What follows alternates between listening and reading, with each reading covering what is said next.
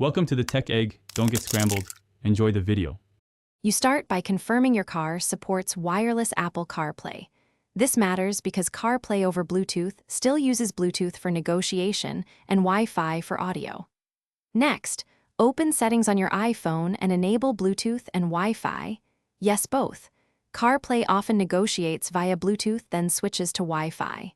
Make sure your phone is unlocked and discoverable, and keep a lightning cable handy, in case the car requires an initial wired handshake before switching to wireless.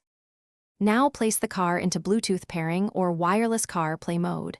Consult the head unit prompts and choose the CarPlay pairing option. On your iPhone, go to Settings, Bluetooth, find the car's name and tap to pair. If a PIN appears, compare digits and accept on both devices. Once paired, the head unit will usually prompt to enable CarPlay.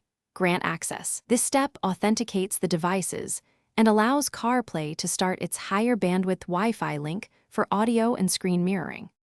Finish by opening Settings General CarPlay on your iPhone and selecting your vehicle to confirm CarPlay is allowed. This registers the car for automatic connection. Once done, the system should switch from Bluetooth negotiation to a secure Wi-Fi session and show the CarPlay interface. If it does not connect, restart both the iPhone and the car infotainment and retry pairing. This clears caches and resolves many handshake failures. If problems persist, connect via lightning cable or check for firmware updates on the head unit. Thanks for watching. Consider subscribing if I helped unscramble your problems.